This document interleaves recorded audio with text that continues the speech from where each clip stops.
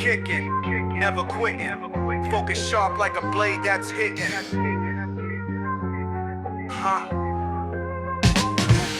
From white belt dreams to the master flow, Paul Coffey's got the mic, now the stories grow. Technique entails discipline and fire. Each guest brings truth to inspire. Keep kicking, step into your power. Keep kicking, moment to the hour. Every strike, every fall, every rise, it's a journey through a warrior's eyes. Old school, new school, all styles blend. From the mat to the mic, where the arts ascend. Philosophy deep, but the vibe stays tight. Martial minds meeting in the podcast light. Keep kicking, step into your power. Keep kicking, moment to the hour. Every strike, every fall, every rise, it's a journey through a warrior's eyes. Keep kicking. Keep kicking. Paul Coffey leads and the journey begins.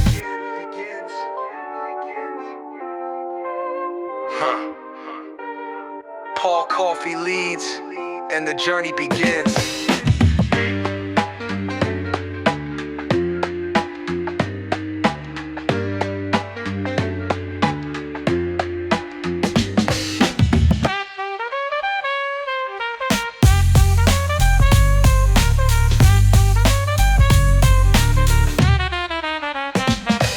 Technique entails discipline and fire. Each guest brings truth to inspire. Keep kicking, step into your power. Keep kicking, moment to the hour. Every strike, every fall, every rise, it's a journey through a warrior's eyes. Keep kicking. Keep kicking. Paul Coffey leads and the journey begins.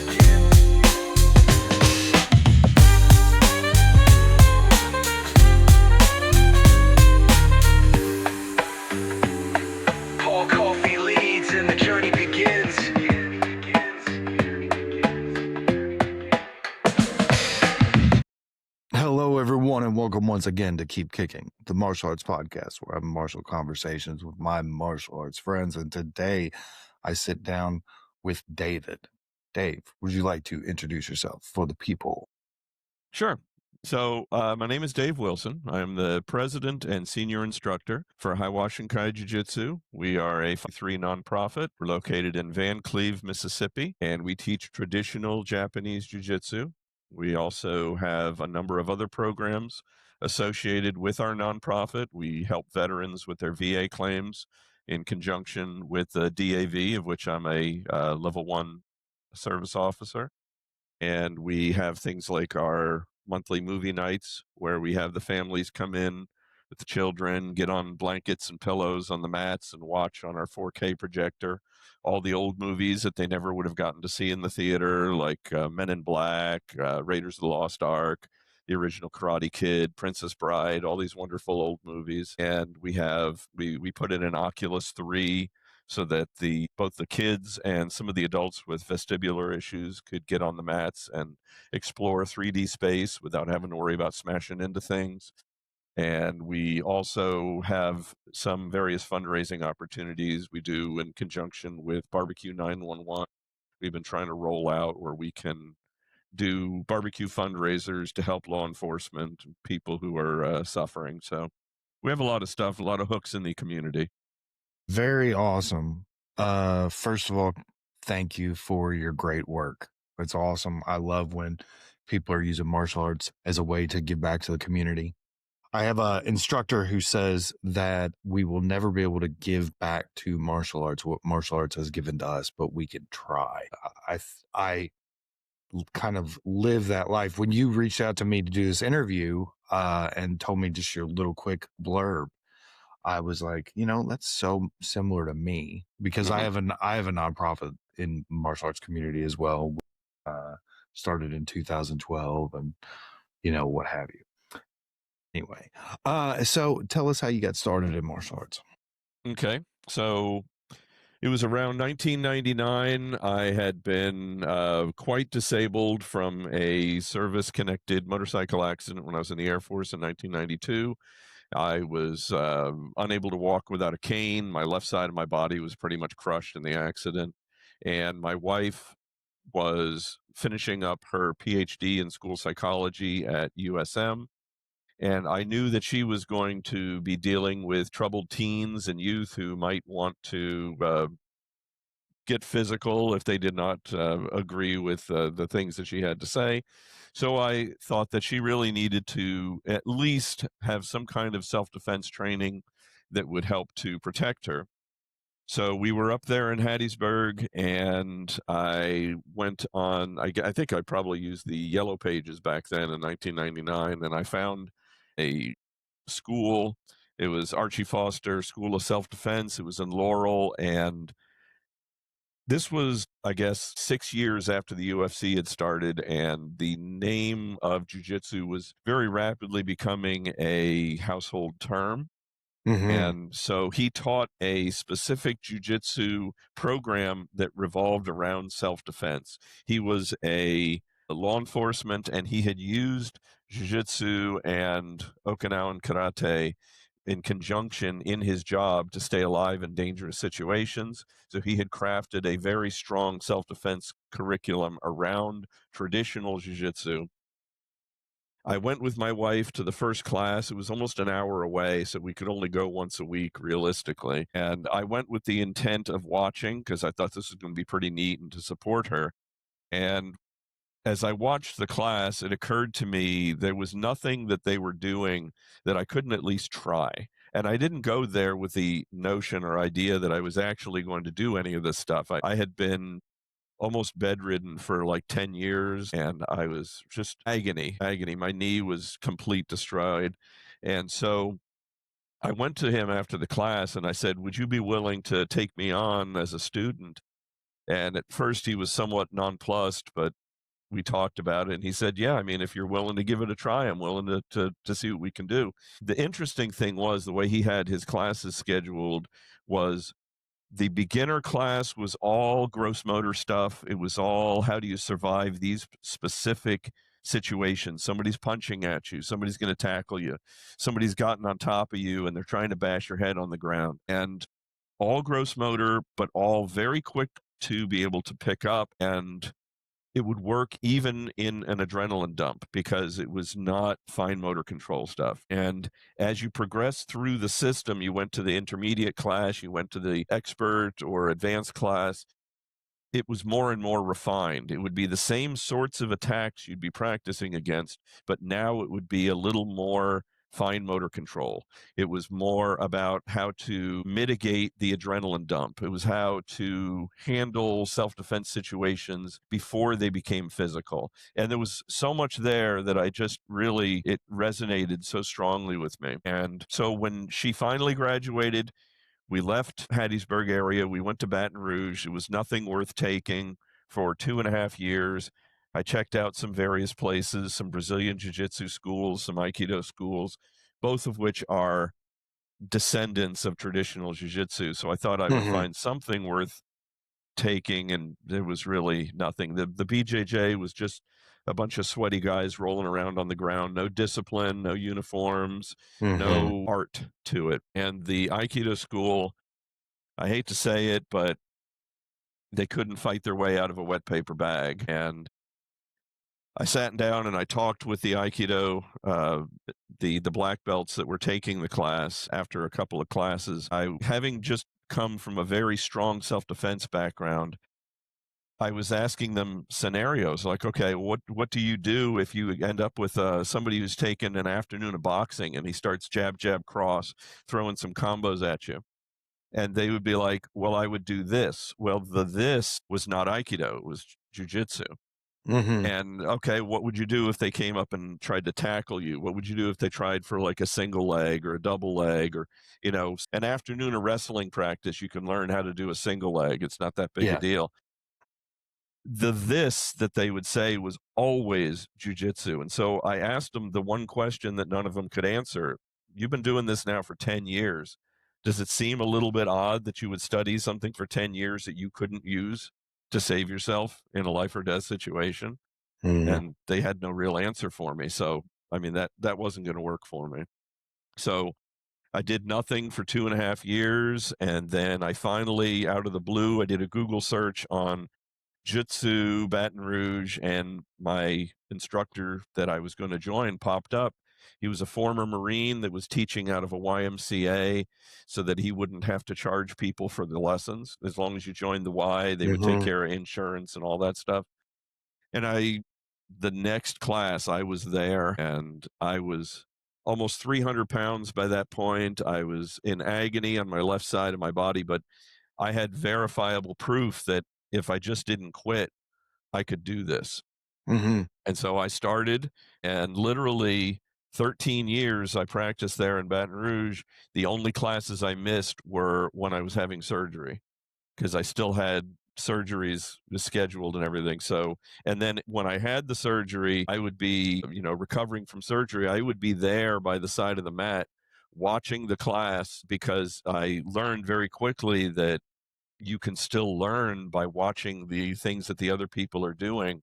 because when you're in the class and you're practicing, you're so caught up in trying to do it yourself that you can miss all the little things, all the minor details, but you can pick up on all that if you're focused and you're watching what they're doing. And Mhm. so my training did not fall by the wayside during any of that time. And so there in Baton Rouge, I was still bone on bone with my knee. It was just cottage cheese. It was awful. I couldn't walk without a cane. I would come to class, put the cane down, limp around on the mat as best I could, and then pick my cane back up. Well, what I found was that unlike in Hattiesburg, where we were only going once a week because it was almost an hour away, this was right across town. So I was able to attend all three classes Monday, Wednesday, and Friday. But the toll that it took on my body was so bad that if I attended Monday, Wednesday, and Friday, I couldn't physically get out of bed on Tuesday and Thursday because my knee Mhm. was just trash. Well, I had a 1-year-old son and I was a stay-at-home dad because I was 100% disabled vet. So I had income coming in. So I was the one staying home with kids and my wife was out working. So having a very, very, very active 1-year-old son and not being able to get out of bed, not going to work. So I was forced to only attend class on Mondays and Fridays, and it was killing me that I couldn't go in and participate on the third class a week. So at 33 years old, I found a doctor who was willing to finally to put an artificial knee in. For 10 years, they told me no, they wouldn't do it. My circulation was too poor. I had nerve damage in that leg. And being so young, a implant would only last 10 to 15 years, and I'd be looking at getting another one done. So none of them, I talked to at least 5 orthopods during that time. They weren't willing to touch me. But thanks to the internet, I started doing some research there in Baton Rouge, and I found an implant that was a new metal. It was made out of oxidized aluminum, and it was showing progress that it would work for up to 30 years without needing to be removed and replaced. So I contacted the company. I said, "Hey, I like your knee. I'd like to get one." They're like, "Well, good news for you. The lead surgeon for the LSU Tigers is in your area, and he uses our knee." Well, I booked an appointment, went in and saw him. Great guy. He was only 1 year older than me, and he said, "Yeah, I'll do it." So it was only supposed to be about an hour and a half surgery. It took 6 hours because there were no landmarks at all, nothing that he could work with in the knee. So it was bad. But that was 2002. Oh, now it's been what, 28? No, more than that. I don't know. It's been like since 2002, 23 years. 20, yeah, So yeah, it's been operating great. I get it checked every once in a while. There's no problems with the knee. It's probably going to last another 10, 15 years for me, no problem. I'm 56 right now. So it should be really good to go. I delved into nutrition through Ancestral Perspective. I lost 80 pounds. I've kept it off. So my jujitsu basically gave me my life back. If it yeah. hadn't been for that, I wouldn't have pursued getting the knee replaced. I wouldn't have pursued losing the weight and getting stronger. So when I made it out of Baton Rouge to South Mississippi after 13 years of studying, I didn't want to empty my cup and start at a totally new school, new location as a new white belt. So I went to my instructor. I said, "Would you mind if I opened my own school here?" He said, "No problem." By that point, after 13 years, I had actually been teaching at least 2 classes a week already in Baton Rouge. So it was a natural transition for me to just go ahead and start teaching. But like my instructor, I did not want to have to charge people for classes because, in my opinion, the commercial mentality has ruined martial arts. It Mhm. turns it into just another job. Mhm. And unfortunately, I've been pilloried over this before for this attitude, but commercial martial arts in this country has adopted the Planet Fitness business model. And what Mhm. happens is they lock you into a contract that is airtight and you need a lawyer to get out of. And then and they'll even sweeten the pot by telling you, well, this is how much we're charging, $300 a month, $500 a month, but we'll give you this great rate if you pay a year in advance. Well, now you're into them for that whole year. And then they do this and they drastically oversubscribe the number of people that are in that school, knowing that after January, 90% of them aren't going to come back. Mhm. So, I mean, that is soul sucking. There's no more legitimacy. There's no more art. It turns it into how can we generate the most income in the shortest amount of time with the least amount of risk? And that's terrible. So, Absolutely. and I fought having a kids class for many, many, many years because almost universally, the kids' classes are what I call glorified babysitting. It's very difficult to get a kid to do something that is difficult, frustrating, painful, and challenging, Mhm. especially in today's climate. But it's very easy to bring them in if they can do relay races and be in their secret black belt ninjas club. And there's all kinds of ways that they prey on the families, the parents wanting to live vicariously through their kids. But when you offer a real self defense kids class, which is based on like judo with some striking and some self defense tactics about how to de escalate situations, how to recognize when you're in danger, how to potentially handle it without it having to go to physicality, there's a lot of great stuff that we teach. We can't come close to the places that have 300, in their roles. Right. So all this is how I answer the question of how did I get into all of this. Right, right. No, that's fine. Long form answers. That's the whole reason that I did the podcast anyway. There's a couple of things that you touched on. For my audience, I would like you to expound on how martial arts helped you rehab the knee, get back to mobile, et cetera, et cetera. Go ahead. Okay. So, like I said, when I first started, I was completely bone on bone. I was very disabled. It wasn't just my leg, my arm was broken. I broke up here, broke here, crushed my hand. This is all scarred up. Broke the knee, broke the leg. A lot of it came back, a lot of it didn't so much. The way that jiu-jitsu helped me through my own rehab is one of the things that's unique to martial arts is it gives you a series of graded challenges that you're always going to be challenged. You're always going to be rewarded. You're always going to be challenged. You're not always necessarily successful, but you will always Mm-hmm. trend upwards as Mm-hmm. long as you don't give up. And I like to tell people I've never met anybody that couldn't learn jujitsu. I've only met people that quit before they got it. Mm-hmm.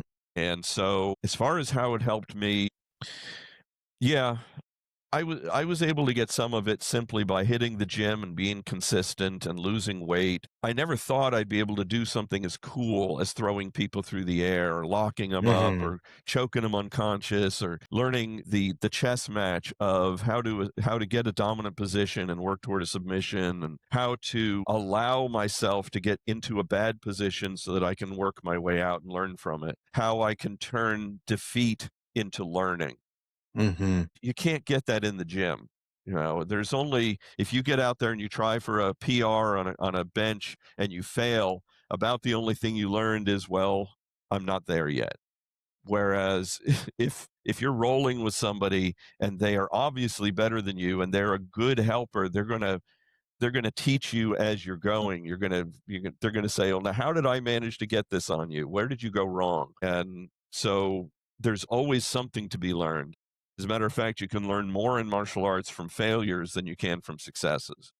because Mhm. a success Absolutely. merely reinforces to you that you knew something, whereas a failure opens up whole vistas as to areas that you need to work on. And if you've got the right attitude, if you've got the understanding that your only true opponent is yourself, Mhm. then it opens up an enormous amount of potential for rehabilitation. Mhm. Absolutely. Talk to me about this ancestral diet that Okay. you Yeah. So this would have been about 2000. I was sick and tired of being almost 300 pounds. I could tell the weight was in my way. It was really limiting me a great deal. I had started exercising in the gym before classes, and my weight had dropped a little bit. It had dropped down to about 250, but it wasn't budging. And I was feeling like I needed to do something to shake up my weight loss, my progress. So I started doing some reading, and the prevailing wisdom at the time was obviously to lose weight, you need to eat less and exercise more. Well, I was already exercising more, the weight wasn't disappearing. And so I figured, okay, eat less. I'll just drop my calorie intake by half and the weight will just come off. But I was starving. Every moment of my day and night was obsessing over when my next food was that I could put in my mouth. And this mm, persisted for weeks, and it's still, my energy levels were dropping. I didn't feel like I could exercise as much. My sleep was suffering. So I went into the pharmacy and I asked the pharmacist, "Do you have any over the counter appetite suppressants that could help me take the edge off of this while I'm trying to lose weight?" And he's like, "Well, what are you doing?" And I explained. He goes, "Have you tried Atkins low carb?" And I'm like, "No, isn't that the dangerous? Isn't that the stuff that kills you?" He's like, "Nah." He's like, "That's all BS. Here's a book." He pointed over to they had a rotation thing with the books in it. And I think it was the Atkins 77 book. So I went ahead and bought it, and I've always been a voracious reader. I picked it up, I started reading it, and it's like a whole vista opened up. I began understanding that it's not just what you put into your body that dictates whether you lose weight or gain weight. It's what your body decides to do with what you put into it. And mhm, that can vary greatly. That can vary greatly on genetics and your gut biome and your exercise and the type of foods you eat, the hormonal effects it has. And I began getting into biochemistry. I began getting into the more avant garde approaches that came off of Atkins. I got in protein power with the Doctor's Eads. I got into Mark Sisson with Primal. And then the more and more I read, the more it began to gel the common underpinning approaches to nutrition that all stemmed from the fact that we were no longer eating in a manner that was aligned with our genetic programming, mm, because we are genetically identical to humans that existed anywhere from 500,000 to almost a million years ago. If you were to take them and put clothing on them and teach them how to speak English, you would have a difficult time telling them from us. mhm, But our environment has changed drastically. Almost every single facet of our environment has changed drastically. We went from hunter gatherers who would eat large animal based meals when we could get them, and then went hungry in between until we managed to land something else, to scavenging for the whatever plants were seasonally locally available. We went from that to largely sedentary lives that are filled with industrial pretend food like substances that are, they spend billions of dollars a year on making these things hyper palatable to the point where they hijack the dopamine axis in your brain. They weren't lying when they say you can't just eat just one. When it comes to the chips, you can't, because they have been crafted in such a way that your body says no, must have more. And I started getting into all that, checked out Weston A. Price, the whole idea of primal nutrition, and my weight dropped naturally without hunger. My muscle density came up. Everything normalized just by starting to eat mostly animal products with some plants, staying away from grains, sugar, and vegetable oils. It became more about just weight loss, though. It became more about health.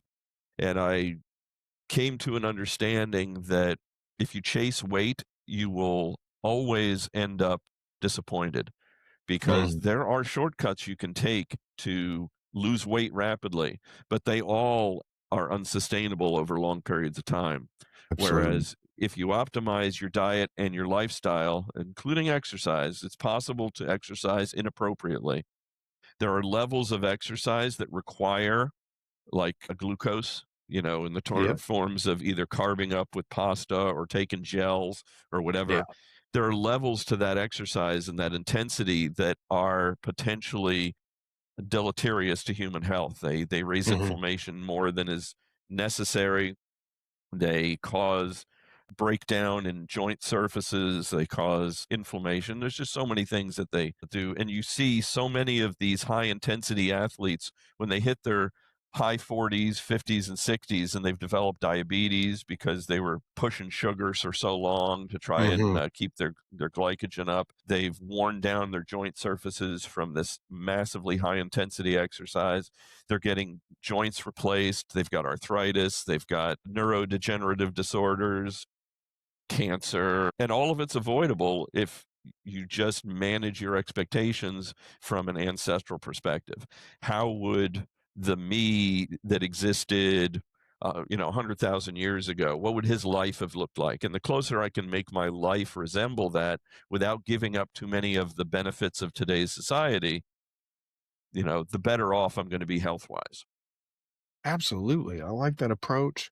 I used to recommend a book that was Eating for Your Blood Type, Hmm. and it was very, very similar, but it went into more like genetics of maybe you need a Mediterranean diet because your ancestry comes from that part of the world or whatever, but everybody should eat clean. I know for me, when I changed and started eating clean, it really affected the overall inflammation that my body had, and I imagine that like just the change of inflammation had to make your bone on bone knee feel even just a little bit better. It did. Bone on It did. bone sounds horrible, man. It's awful. It was just cottage cheese in there. It was nothing. It sounds and it sounds like it was your whole side too. Yeah. Yeah. So the way it happened was I was on my motorcycle. I was coming home. They had actually let us home early on Fat Tuesday for Mardi Gras. And so I had just come over the bridge going home. I was living off base, and 78-year-old man in a Cadillac pulled across my lane. He was in the center lane. He just took a right turn right out of the center lane, and I hit him doing 60 miles an hour. And so the whole left side of my body was crushed between the bike and his Cadillac. And yeah, so 27 surgeries, massive amount of skin grafts, and Mhm. um, I had like my arm was broken for a year because it wouldn't heal. They put a rod in there. The rod, the screws holding the rod in broke, and then they put in a plate. The plate broke. They put in another one. Yeah, and that was just the arm. I had a plate on my forearm. I had a boutonniere deformity on this finger where it smashed. The knee was not only was the a piece of the femur broken off of the knee, but my body tried to go over the handlebars and my leg was trapped. So the entire leg went backwards at the knee and everything shot out the back of it. It was only skin and like one nerve that was holding it together, and it was trash.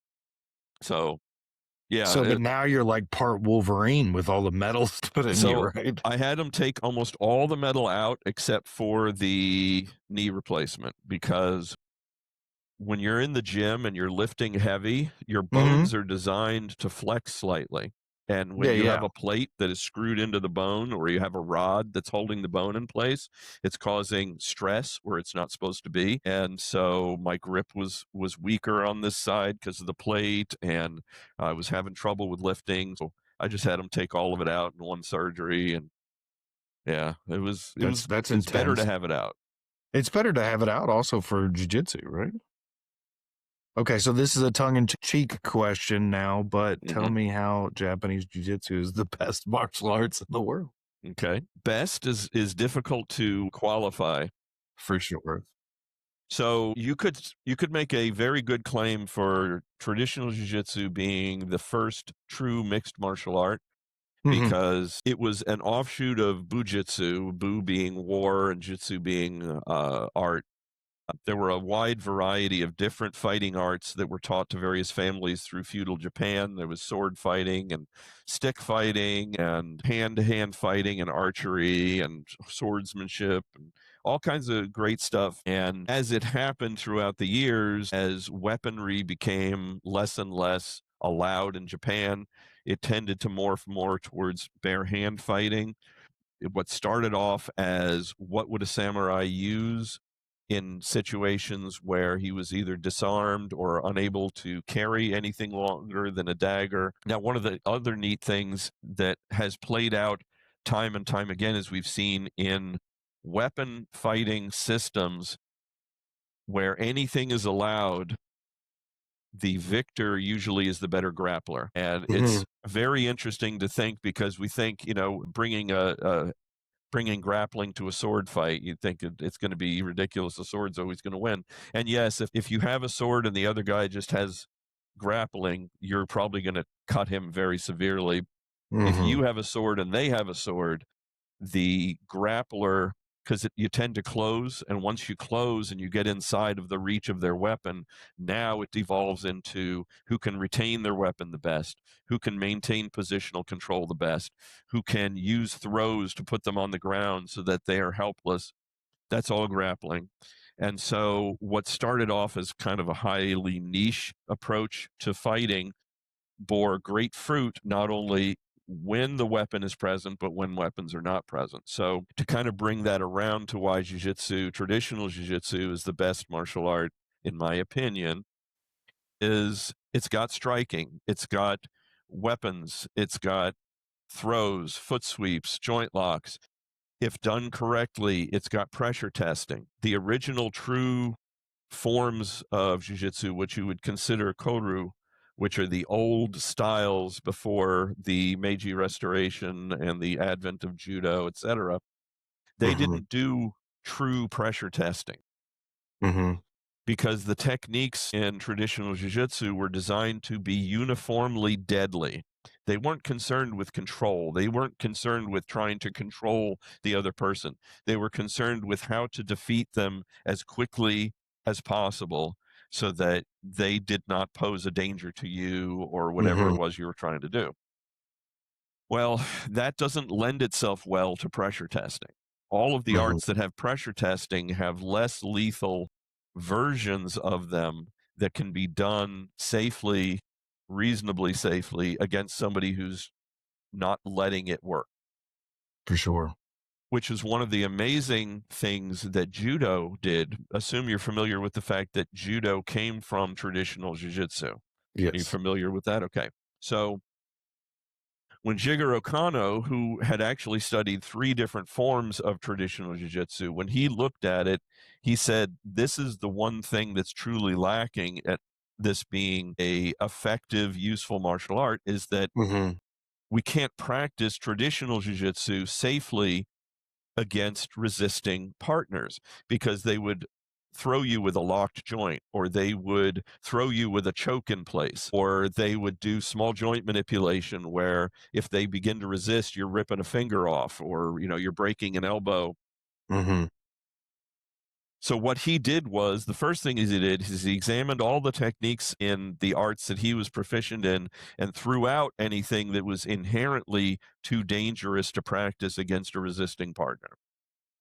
Then the Mhm. next thing that he Okay. did was he modified certain techniques that were adaptable so that they could be practiced against a resisting person safely.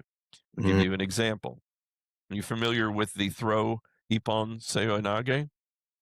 Okay, so originally in traditional jiu-jitsu, that was done with an inverted arm, a gyakute position, where you're actually locking the arm upwards Mhm. and throwing them with that locked arm. Well, if you maintain that lock about halfway through the throw, that elbow Yeah, avulses yeah, and yeah. they end up hitting the ground with a broken elbow. But And they in Judo, he inverted it into a gyakute position, is a junte gyakute. So he inverted it, so now the elbow was not in danger of being broken as you throw them. Mhm. He also insisted on a enormous amount of focus on yukemi-waza, the falling and the rolling, which I thought was an incredible innovation on his part, because not only because it allows you to receive the techniques in class safely, but it does two other things. The first is very tangible. If you live a good life, if you are thoughtful, if you don't run your mouth, if you don't go looking for trouble, you'll probably never have to use jiu-jitsu to save your life in today's society. Absolutely. But everybody falls. Everybody Mhm. has either fallen themselves and put a hand down, or got their wind knocked out of them, or knocked their head on the ground, or they know somebody that has had that happen to them. And so once you learn how to fall properly, that is no longer a problem. Like, for instance, I was bebopping through my garage one day. My wife had a puddle of transmission fluid. I didn't realize transmission fluid is extremely slippery, and my foot hit it, and both feet went into the air, and I slammed into the ground on the garage floor. And the only damage was I got transmission fluid on my shirt. That was Mhm. it. Both legs going in the air. Here's this guy. He's been disabled for, at the time, like 20 years. Jumps right up off the ground, no injury, no bruises, nothing. So that's the second reason that falling was one of the amazing things that judo brought to martial arts. But the third that falling really benefits is, we all here in the West, we spend an inordinate amount of time, energy, and focus trying to make sure we don't fall down. When you're walking, you spend so much of your energy making sure that you are not going to slip and not going to fall. It cuts into your ability to relax at any Mhm. point in time. Whereas once you learn falling, you can literally relax in any position, because you know that what's the worst that can happen? You're going to fall down. Well, you fall down, 100 times a week in class. So it's no big deal. Talking about how that interfaces into traditional jiu-jitsu being the best, today's modern Goshin styles of jiu-jitsu, they tend to incorporate more judo into the art, because that is really the only and the best way to incorporate that live training, that aliveness training that Mhm. allows you to practice against resisting partners. Is you have to incorporate some form of judo randori or training into your art. So Mhm. what makes us differ from judo is that we still teach the original forms of the techniques. We modify some of them for safety purposes, but when we do our sparring or randori, we have 2 to 3 different types that we do at the end of every class. I say 2 to 3 because we do stand-up judo in the students that have been coming long enough that I'm comfortable with their ability to take falls. We do newaza, which is groundwork. Sometimes we combine the two, like you would in a standard judo class, where you throw somebody, and if they don't land flat on their back with control and speed, then it progresses to newaza, and you try to get the rest of your points that way. But then we also have a form of randori called jiu-jitsu randori. Some styles might call it like jiwaza. It's Mhm. free form. We would call it sparring, but the atemi, the striking, is abstracted. You're not doing full contact striking. You're doing like light contact striking, because our striking in jiu-jitsu is not like you would see in a karate school, where you're trying to physically beat the person hard enough to cause them to stop being able to fight. Mhm. When we do our striking, the idea of atemi waza truly means like techniques that strike vital points. I'm not trying to beat you down using striking. I'm trying to hit you in a way that gets an intended response.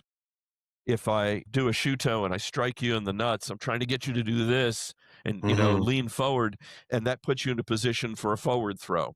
Mhm. Or if I am trying to get a joint lock in and you start resisting, and I kick you with a quick little, like a snap kick, into your femoral nerve, and that's going to cause that leg to buckle slightly. But what it's really going to do is it's going to take your attention away from that joint lock that I'm trying to get in. And so what was impossible before turns into an easy thing because you're not focused on it anymore. Or we might do a brachial plexus stun in an effort to set you up for an osotogari and throw you on the ground. All of those strikes would be illegal in judo, and so they're not allowed in judo randori. But when we do our jiu-jitsu randori, that's where things get very special and unique to traditional jiu-jitsu. You have a designated attacker and a designated defender, the tore and the uke.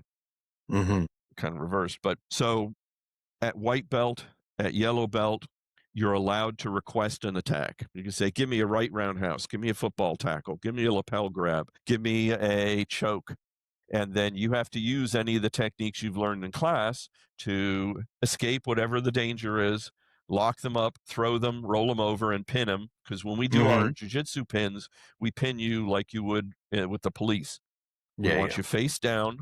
We want you in a position where I can either remain standing or highly mobile. And then if when we have law enforcement in the class, their pins go to a cuffing position because I want them to directly be able to use the techniques without having to modify them when they're having to use them to save their life. For the other students, we have, because I don't expect them to have cuffs on them, they have to be able to pin somebody and hold them on the floor in a safe position where the person cannot get up. And if, let's say, they pull a weapon, because I can't necessarily always control what the other arm is doing. If I get you face down, I can stop you from attacking me with it, but I can't necessarily stop you if you're going to pull a knife. You've got one in your waist, or if they've got a gun or something.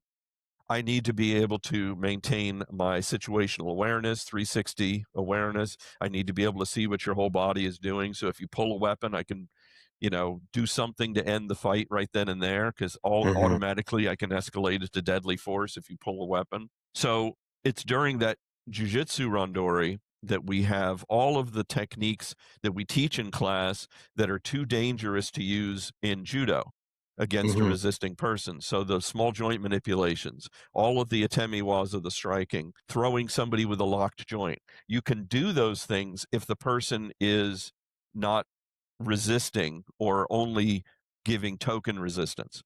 If I lock your joint and I go to throw you and you start flipping around and freaking out, there's a very good chance that joint's going to break. But when we do it in Jiu-Jitsu Randori, it's with the understanding that the person will relax into the technique. We certainly don't want anybody to get a broken joint in our class. For sure.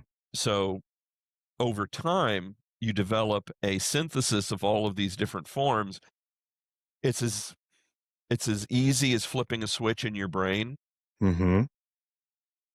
If you are in a real life situation and it becomes to the point where you are convinced that you need to flip that switch or else you're going to die, something serious is going to happen, that's when the jiu-jitsu side kicks in. That's when no holds are barred. You're going to drop the guy in his head. You're going to, potentially punch him in the throat, eye pokes, all the kinds of stuff that's certainly disallowed in judo. But you still have the judo to fall back on. If he ties up with you, he's going for underhooks. Well, you've done enough judo now by this point that you just grin and throw him, land on top of him, crush him like a grape. So why do I think jiu-jitsu is the best martial art? It's because it's got an answer for everything. That's right. So that flows pretty seamlessly into one of the questions that I'm asking everybody. This podcast in part is selfish. The same reason that we as martial artists teach. One of the reasons that all martial artists consistently teach is just so that we can learn from the student in some capacity. And, this podcast is, me sitting down with fellow martial artists and masters and asking difficult questions or questions that I'm working on, things that I'm working on in my own purview and in my own study. And so this question starts with an omission. As a lifelong practitioner of martial arts, I recognize that I am equal parts sadistic and masochistic and that I am in the minority. Not everybody is like that. So I am aware that as I teach people how to defend themselves and I teach people martial arts, not everybody is comfortable and versed in the language of violence. Mm-hmm. So, how do you teach somebody that is not comfortable with the language of violence to speak the language of violence when it is necessary?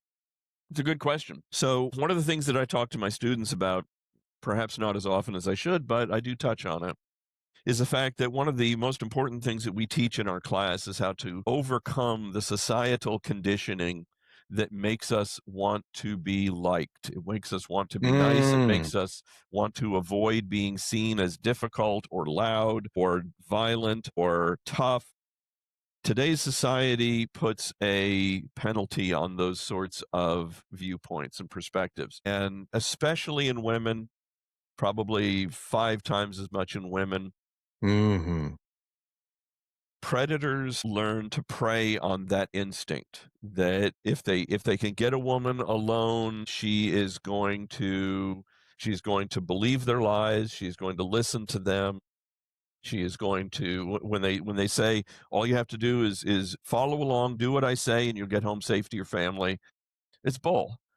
They have hmm no impetus to do anything other than to lie to you to get exactly what they want out of you. hmm And so I'm trying to teach my students how to give themselves permission to be violent. mm, The violence as an end result is negative. Violence as a tool to accomplish a positive goal is positive. hmm So that's one of the things that they really have difficulty with in the beginning is I don't want to hurt him. Well, okay, but he's here because he's okay with being hurt. He's not okay with being injured, but he's okay with being hurt. I also talk to them about pain as a paradigm that to the untrained, when you experience a truly painful stimulus, your forebrain shuts down. You drop down into a limbic response, your heart rate goes through the roof, you get an adrenaline dump, your vision narrows, your control of your fine motor control goes out the window. And that is something that can be trained away. You can improve all of that stuff. But one of the best ways that you can handle how you respond to pain is by exposure. hmm If the first time you experience true agonizing pain is when somebody comes up behind you and hits you in the head with a 2x4, you are going to bow out of that fight. You are done. But if you have experienced pain under controlled circumstances in a situation where that pain is not a indication of injury, it's hmm simply an indication of pain, you can rewire your brain to recognize the pain and deal with it later. hmm So how do I handle that? It's all part of a larger case of exposing them to pain, exposing them to violence, rewarding them when they do something, even though it is pushing the boundaries of what they normally feel they would be safe and comfortable doing to somebody else, and identifying it for them. If we just let things happen, they're not going to be able to incorporate it cognitively. hmm If I identify it and say, no, you did a really good job, that caused him a great deal of pain. We're also getting feedback. They're tapping, they're and hmm then when you let go, they're fine. That's reinforcing to them that it's okay to put pain on somebody, to be violent to them. If you do it properly, it can be done safely. hmm And then over time, I think it probably takes about 6 months of steady practice. They can go from that abstracted pain and violence to not being afraid to put real violence on somebody. hmm It's like it's like taking somebody and they're a block of marble and we're chipping away all the things that don't belong until only thing that's left is a weapon. hmm I like that analogy a lot. I like that analogy a lot. Um, tell me about starting this nonprofit and all the charity work, where the genesis for the thought came, and Okay. So, like I said, when I got to the Mississippi Gulf Coast, I did not want to open a commercial school. There's plenty of commercial schools. They're willing to take your money and give you something. I won't comment as to the validity of it, I didn't want that. Jiu-jitsu had been so beneficial to my life and my situation that I wanted to do it for donations. So that meant that I was forced to teach wherever was available at the time. Mhm. So when I first got here in early 2014, I was aware that there was a judo school in Ocean Springs called Gulf Coast Judo. Shout out Gulf Coast Judo, great judo program. I put my kids in their kids class and I kind of lurked in the sidelines for a couple of months, getting to know the instructors, getting to be a pretty face in the stands. And after a while, I went to him and said, look, at the time I was a Sandan. I was like, I've been doing this now for 13 years. I'd really love to be able to use your space on nights when you don't have any classes. I'll give you all the money I get. I don't care. I just want to stay active. I want to keep training. I want to continue to grow in my art. They were like, yeah, it sounds great. So I ended up teaching there for 2 years. Then another opportunity opened up for me elsewhere. I moved to a gym in Gaucher. He actually ended up buying a whole room full of mats for us, and then I ended up having to buy them back from him when the program I had to find a new home. But I taught for a year there, and then a friend of mine who had a commercial space available that was not being used when the gym kind of folded, and that didn't work out. I took my mats and I went over to his place and I started teaching there. That was, I mean, it was amazing that he let us use that space, but there was no air conditioning in South Mississippi in the summertime. Mm. There were holes in the roof. The rain came right in, and there was a massive mold problem. Mold was growing on the mats and on my equipment. And so after a year of that, I found myself teaching out of my yard in November. And Oof. as you can imagine, that was suboptimal. Moved into my garage. We have a 3-car garage here at my house. And so I was teaching out of the garage. And so 3 times a week, I would pull the cars out, sweep the floors, put the mats down, I put air conditioning in the garage. I insulated the doors, got the air conditioning going. It still wasn't great, but we got that going. And it was during that period that we finally sold our house in Baton Rouge after 4 years of carrying 2 house notes. We had a Oof. little bit of equity set aside. We paid off our credit cards and our vehicles, and my wife said, look, we've got 3 1/3 acres here in Van Cleve that we're living on. We're not using all this space. Why not build a building, and that can be your forever home? So she gave me about 13,000, whatever was left of the money from the equity. At the same time, we had a insurance settlement from a toilet that overflowed in the house that caused the kitchen and the bathroom to need to be rebuilt. Insurance Mhm. paid for the whole thing. I was able to set aside some money from the insurance situation, brought me up to about 35,000 total. Mhm. I got with the contractor who was doing the kitchen and bathroom rebuild. He said, you can't afford me to build this dojo for you, but you can use some of my workers." He ran a halfway house as part of his side hustle, and he employed people who were in corrections. Mhm. So they were working with ankle monitors on. These were Mhm. people who were in prison for drug offenses and all this stuff, but they were willing to work for $10 an hour. Mhm. And supposedly they had construction skills. So so I hired some of his guys and made one of them the project manager. I was my own contractor. I pulled the permit. I designed the building. I got on YouTube and I just started learning how do you build a building. And I had never done any construction before. So working on this building, every single aspect starts going horribly wrong. They're stealing from me. They're getting in fights on the property. They're lighting fires.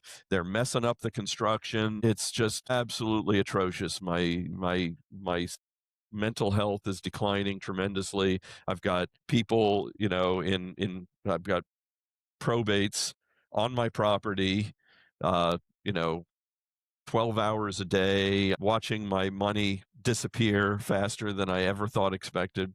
Mhm. And it was during this process, as the build was going horribly, horribly wrong, the framing was bad, the slab was awful.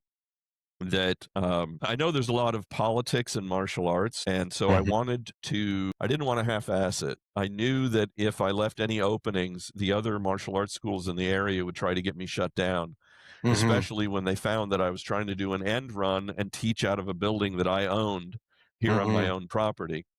So I went to the zoning committee and I said I'd like permission to teach out of my residential neighborhood and out of a building that I am constructing. I had a valid permit. The building could be built. There's nothing anybody could say about that.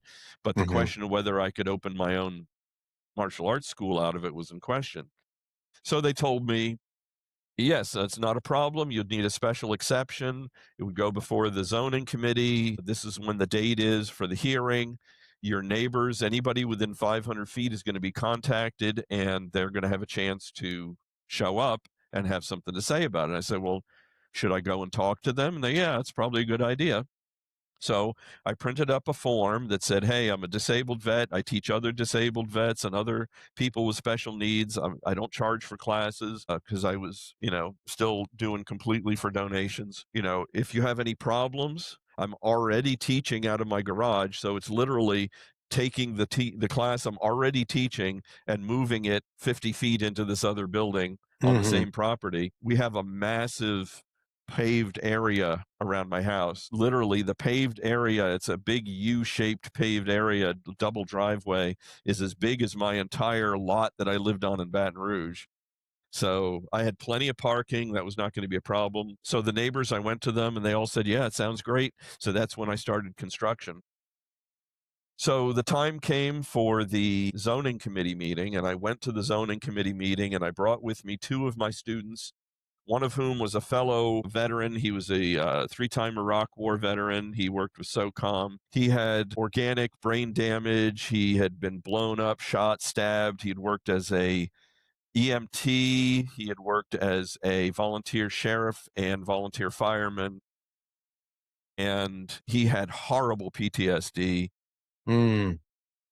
Another of my students who I had met when I did a demo at the library, she was a wonderful lady. She was in her 40s. She had a muscular dystrophy and anxiety disorder to the point where she was about 60 pounds and her legs were about this big around. She had to be helped in and out of the building. So I was working with her on body weight exercises, flexibility, mobility, trying to get her to the point where she could physically do even the most basic of the things that we were doing.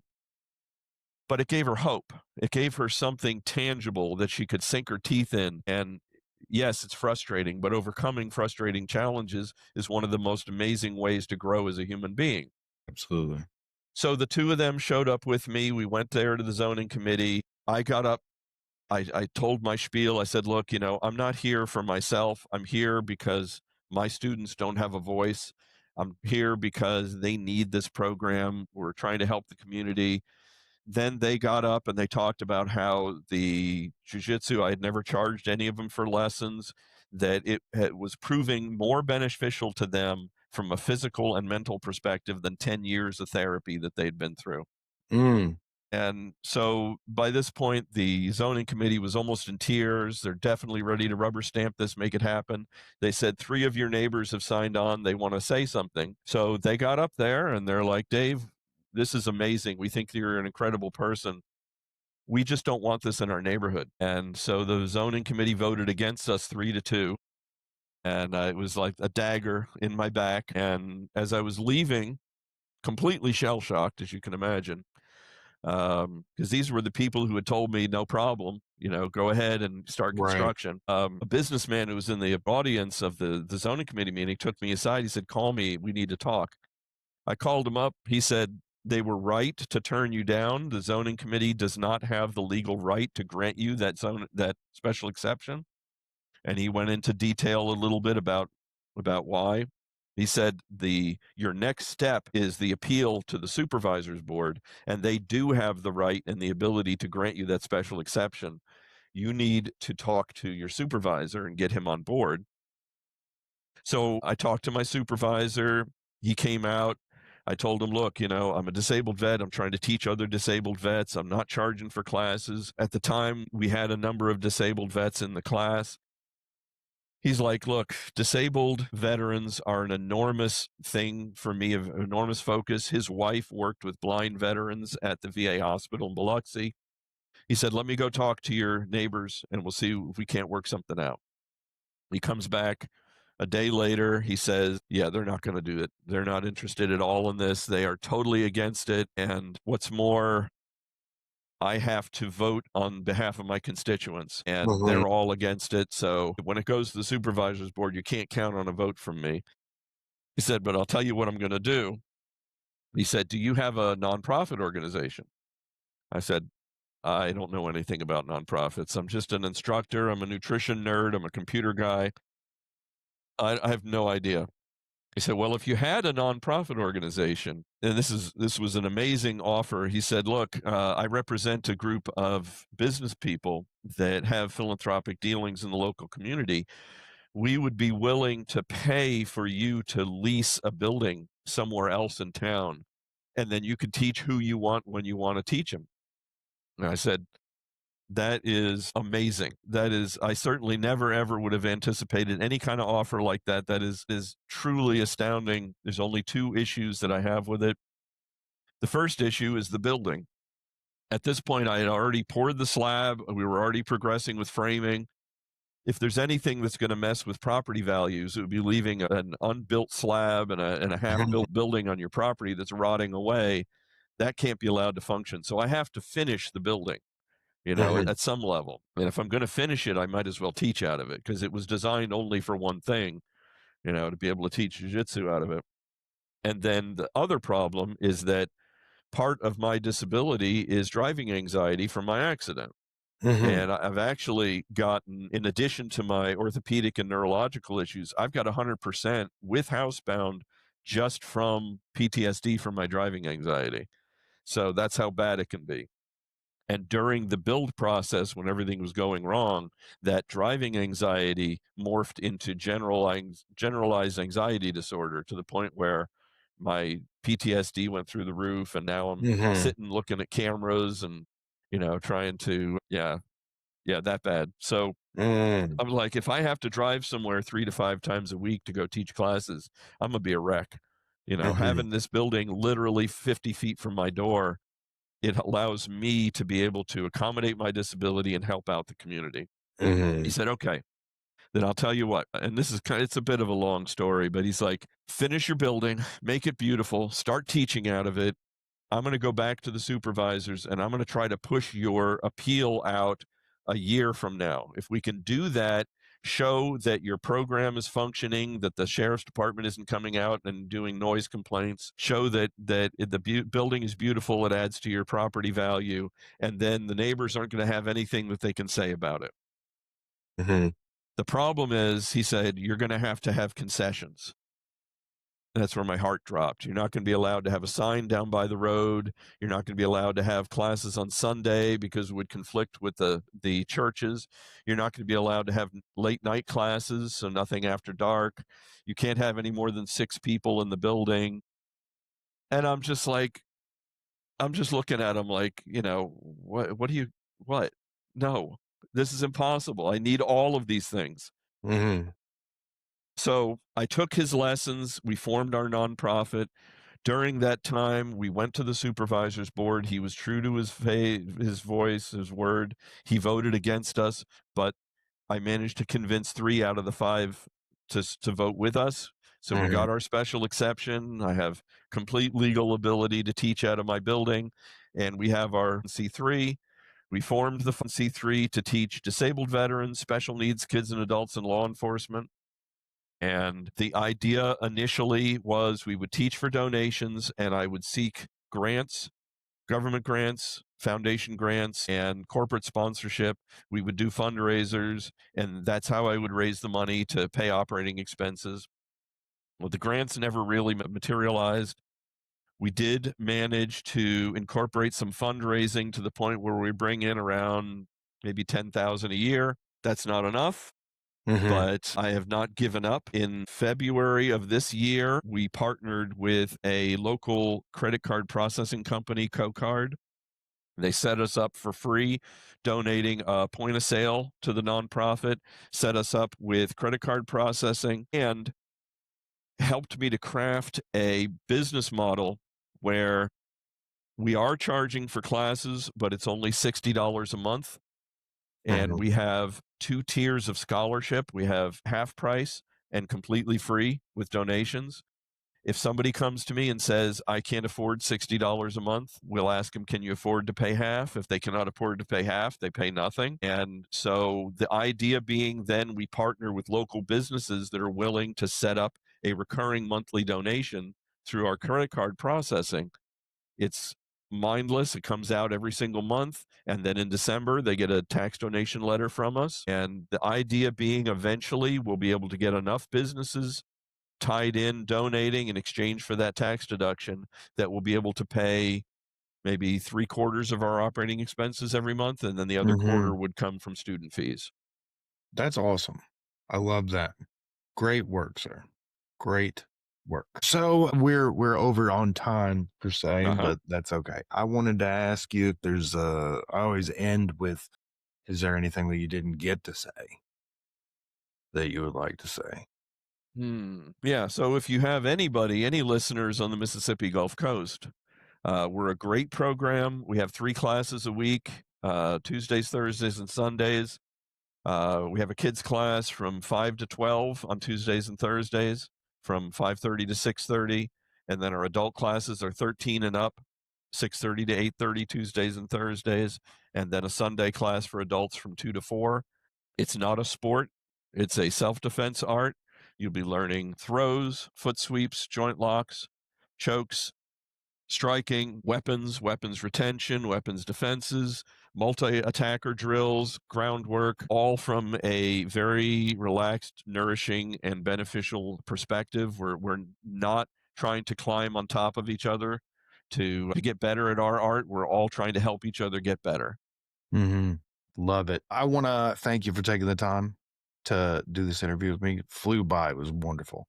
I I told want you I to could fill an hour, no problem. Yes, that's right. I want to thank all my listeners. What I tell all of my other people that sit down with me, I also want to thank you for being a part of my martial arts journey in sitting down and having this conversation. I want to thank everybody again for listening. And as always, guys, keep kicking.